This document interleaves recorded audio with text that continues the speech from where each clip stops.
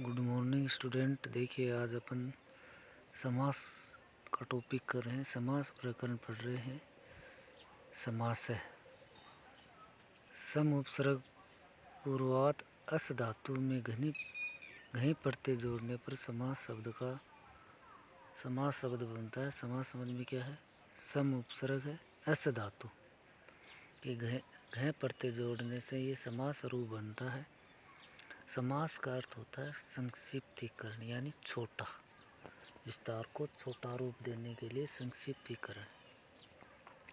अब देखिए इसमें क्या होगा, दो या दो से अधिक पदों का मेल होगा, जबकि संधि के अंतर्गत क्या होता है, दो या दो से अधिक शब्दों का मेल, दो या दो से अधिक वर्णों का मेल होता है। संधि में क्या होता है? वर्णों का मेल। जबकि समास में क्या होता है? पद ओब्लिक या अथवा शब्दों का मेल होता है। समास से परिभाषा के अंतर्गत आता है समसनम समास है। समसनम समास है। समास की परिभाषा क्या है? समसनम समास अथवा अनेक पदानाम एक पदेनम भवति। अनेक पदों को मिलाकर एक पद के अंतर्गत आना ही क्या होता है? समास। जैसे पीतम अम्रम इति, एक लंबा सा वाक्य हो गया, इसको अपन समास में लेंगे तो ये बन जाएगा पीताम्बर। पीतम अम्रम इति ये बन जाएगा पीताम्बर, और पीताम्बर एक पद हो गया, यानी पीतम अम्रम इति। इसका संक्षिप्त करने पर हमें क्या मिला? पीताम्बर रूप बनकर आया। तो ये पीताम्बर क्या होगा? इसका संक्षिप्त रूप हो गया। अर्थात यदा अनेक पदकानि मिलित्वा एक पद जायते तदा स समास इति कथ्यते।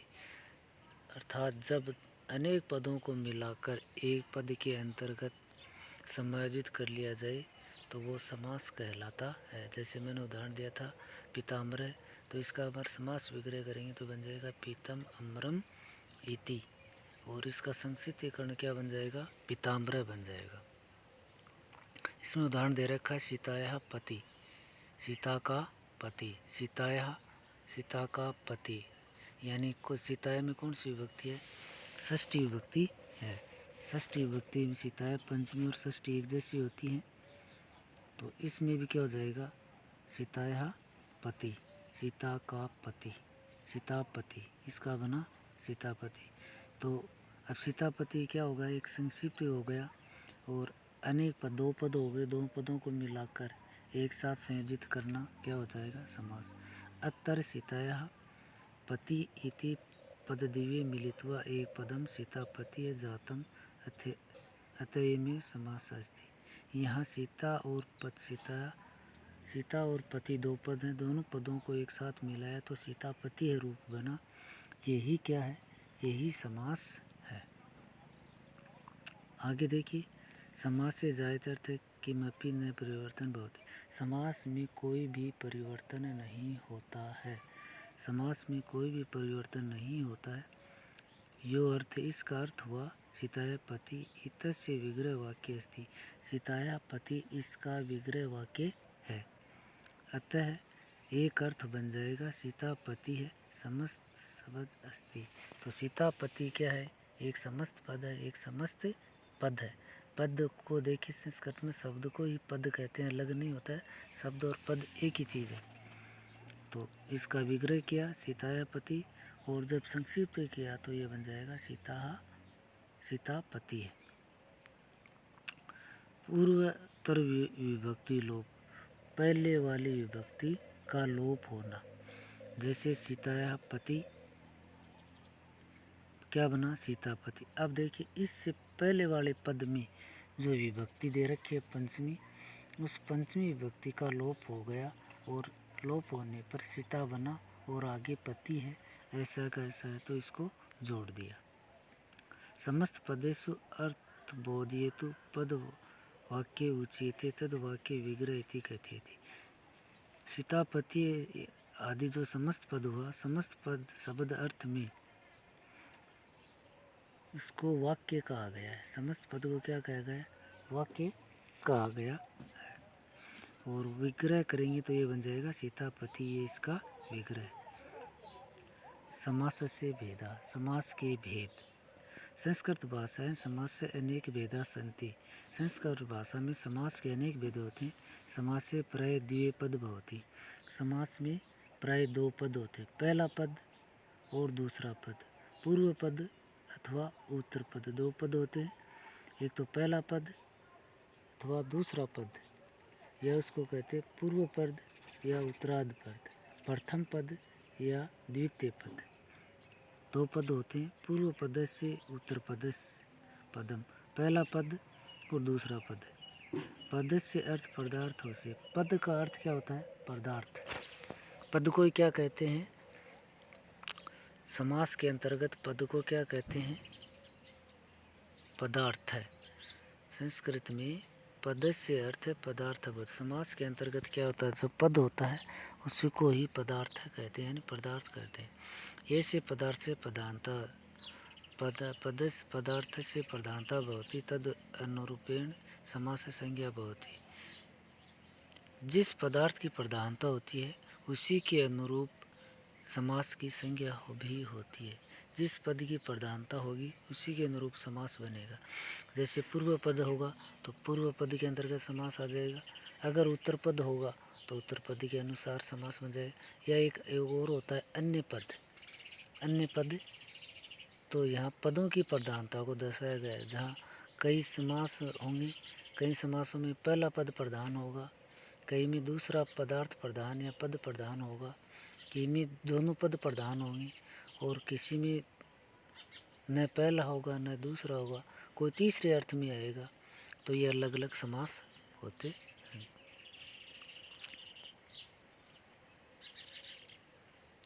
यथा प्रायण पूर्व पदार्थ प्रधान अव्ययभाव समास विभाव होते। पहला पद प्रधान अव्ययभाव समास होता है। पहला पद प्रधान कौन होता है? अव्ययभाव, यानी पहले पद के अनुसार ही उसका संपूर्ण अर्थ निकलेगा। दूसरा पद है वो गौण रहेगा। उस दूसरा पद क्या रहेगा? गौण रहेगा, जबकि पहले पद के अनुसार ही उसका अर्थ निकलेगा। उस अव्ययभावी समास कहते हैं। अव्ययभावी समास के अंतर्गत क्या होगा? कोई अव्यय शब्द होगा, कोई भी अव्यय शब्द होगा। आगे चलें। प्राय उत्तर पद प्रधान तत्पुरुष समास सब होते। और दूसरा पद प्रधान किसका होता है? दूसरा पद पदार्थ प्रधान किसका होता है? तत्पुरुष समास का। पहला पद किसका है? पहला पद प्रधान किसका है? पहला पद प्रधान होता है अव्ययभावी समास का। दूसरा पद प्रधान होता है तत्पुरुष समास का। तत्पुरुष समास से भेद है। तत्पुरुष समास का भेद होता है एक कर्मधारय समास। तत्पुरुष समास का एक भेद होता है। कौन सा भेद होता है? तत्पुरुष समास का एक भेद होता है। कौन सा होता है? उसको क्या कहते हैं? कर्मधारय समास। तो तत्पुरुष समास का एक दूसरा भेद कौन सा हो गया? कर्मधारय समास हो गया। आगे अपन चले। कर्मधारय भेद है द्विगु। कर्मधारय का एक भेद होता है द्विगु समास। कर्मधारय समास का एक भेद होता है। कौन सा भेद होता है? द्विगु समास। तो देखिए, उत्तर पद प्रधान पदार्थ समास कौन सा? तत्पुरुष समास। तत्पुरुष समास का एक भेद होता है कर्मधारय समास, और कर्मधारय समास का एक भेद होता है द्विगु समास। क्या होता है? एक द्विगु समास होता है। प्राय अन्य पदार्थ प्रधान बहुब्रीहि भवति। और अन्य पद प्रधान, न पहला पद प्रधान होता है न दूसरा पद प्रधान, कोई तीसरा अन्य पद प्रधान होने पर यह बहुब्रीहि समास के अंतर्गत आता है। प्राय उभय पद प्रधान द्वंद्व समास। जिसमें दोनों पद, उभय माने दोनों, जिसमें दोनों पद प्रधान हो वो द्वंद्व समास के अंतर्गत आता है। द्वंद्व समास के अंतर्गत की एक पहचान और है। इस द्वंद्व समास के अंतर्गत चय का प्रयोग होता है। किसका प्रयोग होता है? चय का प्रयोग होता है। जैसे माता, चय में से होता है और, माता और पिता, तो माता चय पिता चय, ये द्वंद्व समास के अंदर आ जाए। बहुब्रीहि समास के अंतर्गत जैसे प्राप्तोदकम है, घनश्याम है, आपके दशानन है, ये इसके अंतर्गत आ जाएगा। और द्विगु समास के अंतर्गत जैसे चौराहा, सप्तऋषि, और कर्मधारय के अंतर्गत आ जाएगा जैसे पीताम्बर है, घनश्याम है, देव सम्मत है, विद्याधनम है, ये कर्मधारय समास के अंतर्गत है। तत्पुरुष समास जो विभक्तियों पर आश्रित हो और अव्ययभाव। अब देखिए अव्ययभावी समास के अंतर्गत अव्यय प्रधान होते हैं, पहला पद होता है। और तत्पुरुष समास के दो भेद होते हैं, एक व्याधिकरण तत्पुरुष समास और एक समानाधिकरण तत्पुरुष समास। व्याधिकरण तत्पुरुष समास होता है, ये कारकों की विभक्तियों पर आश्रित होता है। कारक की विभक्तियाँ चलती हैं द्वितीय से लेकर सप्तमी विभक्ति तक ये तत्पुरुष समास होता है। और समानाधिकरण तत्पुरुष समास को ही कर्मधारय समास कहते हैं। तो तत्पुरुष के दो भेद बता दिए। और कर्मधारय का एक भेद होता है द्विगु समास, और एक अन्य पद प्रधान होता है बहुब्रीहि समास। इसके चार भेदों के अंतर्गत माने गए। जो भेद आएंगे आगे, आपके भेद डिटेल से नहीं दिए गए, समान रूप से बताए गए, तो अपन कर लेंगे। एक द्वंद्व समास। अब देखिए अव्ययभावी समास, यदा विभक्ति समीपे इत्यादि अर्थे वर्तमान अव्यय पदं सुबंत स नित्य समस्त तदा असो अव्ययभावी समास अस्ति। जब विभक्ति अथवा समीप इत्यादि अर्थ में वर्तमान अव्यय के साथ कोई संबंध स्थापित हो जाए तो वहाँ अव्ययभावी समास होता है। अब देखिए किस क्या क्या स्थिति होगी, क्या क्या पोजीशन होगी कि अव्ययभावी समास होगा। ऐसे समास से प्रथम पद अव्यय भवति। इस समास का पहला पद अव्यय होता है। किसका? अव्ययभावी समास का। अव्यय शब्द से अर्थात पूर्व पद प्रधान था। इसमें पहले पद की पदार्थ की प्रधानता होती है। समस्त पद द्वितीय मिले तो अव्यय भवति। दो पदों से मिलकर अव्यय शब्द बनेगा। अव्ययभावी समास नपुंसकलिंग एक वचने भवति। अव्ययभावी समास होता है, ये नपुंसकलिंग एक वचन के अंतर्गत प्रयुक्त होता है। और इसमें दो पद होते हैं, पहले पद की प्रधानता होती है, नपुंसकलिंग में होता है। इसका प्रथम पद अव्यय शब्द होता है। तो ये इसकी कुछ विशेषताएं हैं जिससे आसानी से अपन अव्ययभावी समास को पहचान सकते हैं। अब देखो नीचे दे रखे अव्यय पद, अव्यय अर्थात विग्रह समस्त पद। देखिए ये अव्ययभावी समास होता है, ये 16 अर्थों में होता है।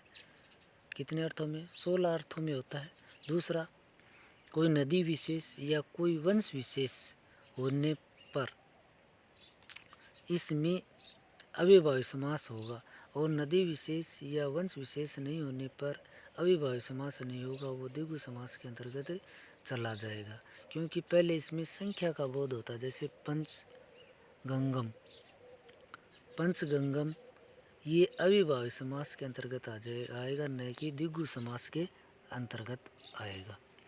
आगे देखो अधि में अधि होता है, ये विभक्ति अर्थ में होता है, सप्तमी विभक्ति का प्रयुक्त होता है। सप्तमी विभक्ति अपन राम रमा या फल शब्द के रूप ले चले उसमें होता है। और सप्तमी विभक्ति किसी शब्द के लगाकर आगे इति जोड़ देते हैं। जैसे हरि शब्द की है सप्तमी विभक्ति क्या बनेगी? हराऊ बनेगी। क्या बनेगी? हराऊ।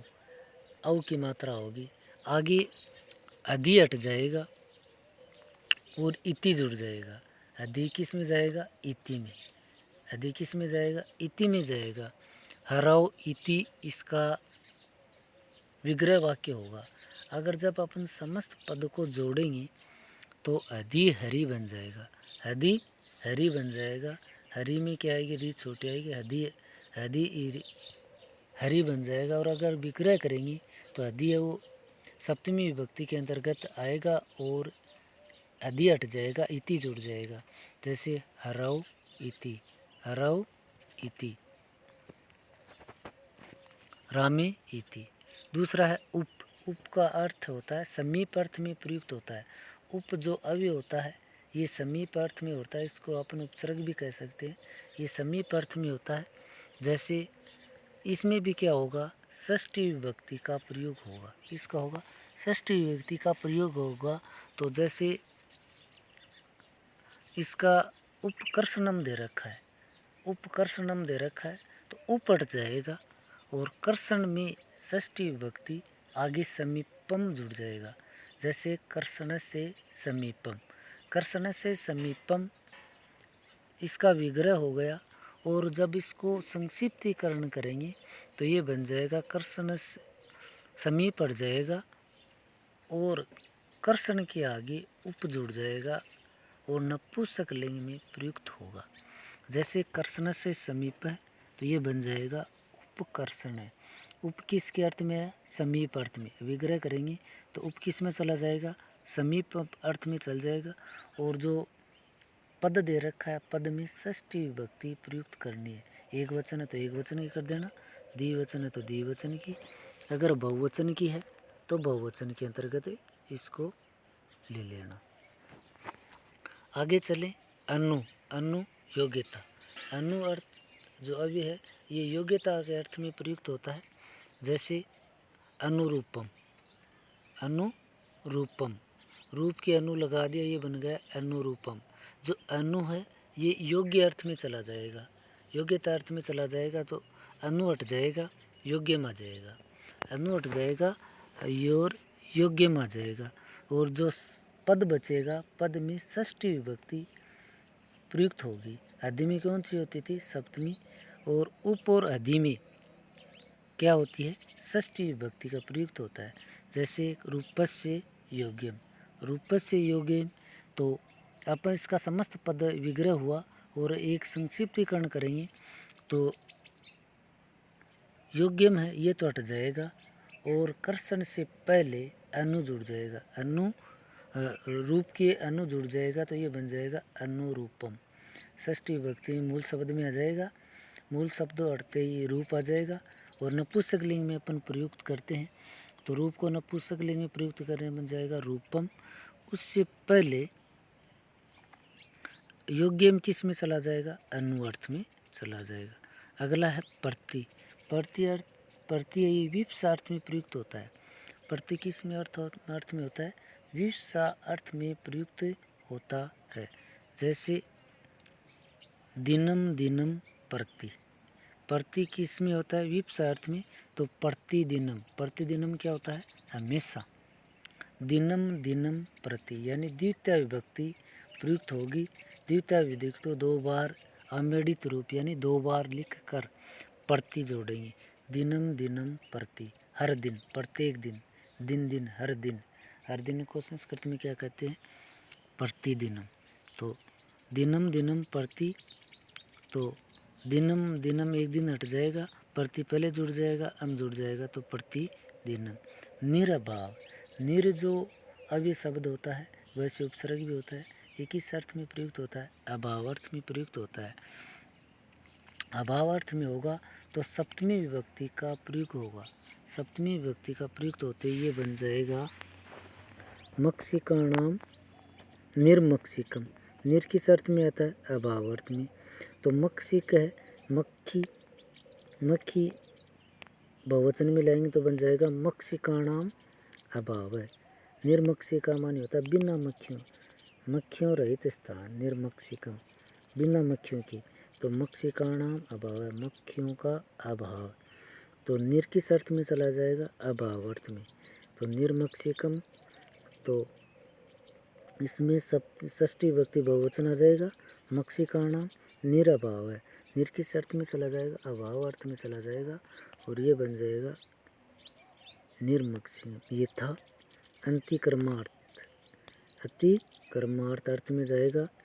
तो देखिए शक्तिम अंतिकर्मी इसका अर्थ बन जाएगा शक्ति है, ये था को अंतिकर्मी में बदल दिया जाएगा और शक्तिम, शक्ति का शक्तिम बन जाएगा, आगे अंतिकर्मी बन जाएगा। तो यथाशक्ति, यथामति, यथा बुद्धि इस प्रकार के जो शब्द होते हैं वो इसमें आते हैं। तो आपकी परीक्षा की दृष्टि से 6 या दे रखें, वैसे 16 अर्थ में प्रयुक्त होता है। तो ये मोस्ट दे रखे हैं। हृदय हरि का समास विग्रह करेंगे हरो इति, उपकर्षण का जोड़ेंगे तो कर्षण से समीपम, अनुरूपम का जोड़ेंगे तो रूपस्य योग्यम, दिनम दिनम प्रतिदिनम का जोड़ेंगे तो दिनम दिनम प्रति बन जाएगा, निर्मक्षिकम बन जाएगा मक्षिका नाम अभाव है, यथाशक्ति का बन जाएगा शक्तिम अंतिकर्मी। अब देखिए कुछ विशेष इसमें नहीं दे रखा, मैं बता देता हूँ। जैसे किसी वंश से संबंधित मुनि है, त्रिमुनि है, तो ये वंश से संबंधित आ गया, तो यहाँ कर्म आपके तत्पुरुष समास न होकर क्या बन जाएगा, अविभाव समास बन जाएगा। त्रिमुने, त्रिमुने तीन मुनि, तीन मुनि कौन से थे आपके, पहले वे थे पाणिनि, कात्यायन और पतंजलि, इनको त्रिमुनि कहा गया। संस्कृत में ये पहले एक नंबर थे पाणिनि, दूसरे थे कात्यायन जिसको वरुचि भी बोला जाता है, और तीसरे थे पतंजलि। इनको संस्कृत व्याकरण में त्रिमुनि माना गया है।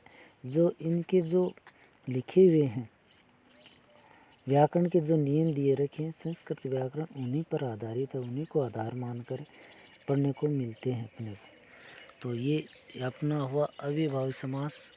अविभावी समास अपन बात करें, अविभावी समास तो अपन थोड़ा सा डिटेल में चले।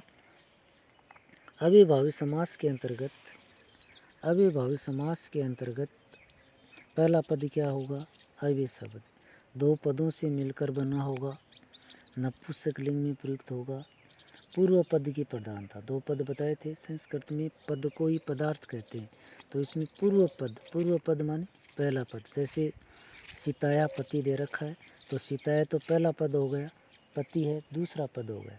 सीताया पहला पद और पति है दूसरा पद हो गया, तो इसमें पहले पद की प्रधानता होती है। और पहला पद क्या होता है, अव्यय शब्द होता है।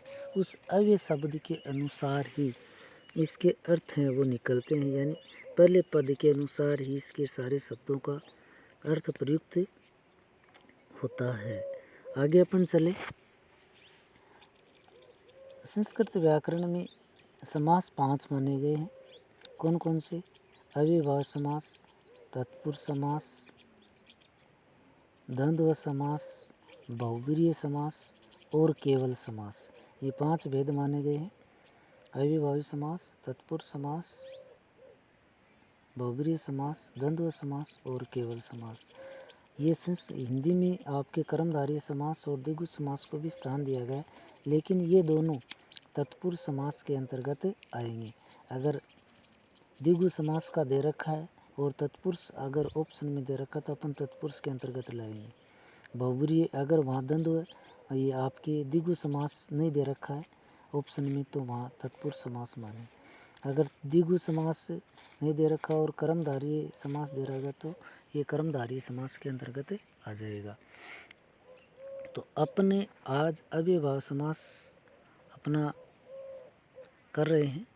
आगे के लिए देखिए अपन दूसरा समास की ओर पढ़ें, तो दूसरे समास में अगर पढ़ें तो उससे पहले अव्ययभावी समास का ज्ञान होना चाहिए। कड़ी से कड़ी जुड़ी हुई है आपके, तो 6-7 कितने अर्थ में दे रखा है, 6 अर्थ में दे रखा है, जबकि अव्ययभावी समास है वो लंबा चौड़ा है, ज़्यादा नहीं है। अपन कोर्स के अकॉर्डिंग ही चलेंगे, ज़्यादा अपन पढ़ेंगे तो कन्फ्यूज हो जाएंगे।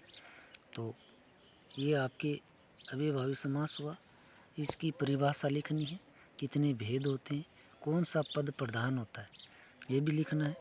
अलग अलग समासों में जैसे अन्य पद प्रधान होता है, बहुब्रीहि समास होता है, दोनों पद प्रधान और चय का प्रयोग होता है, वह द्वंद्व समास होता है।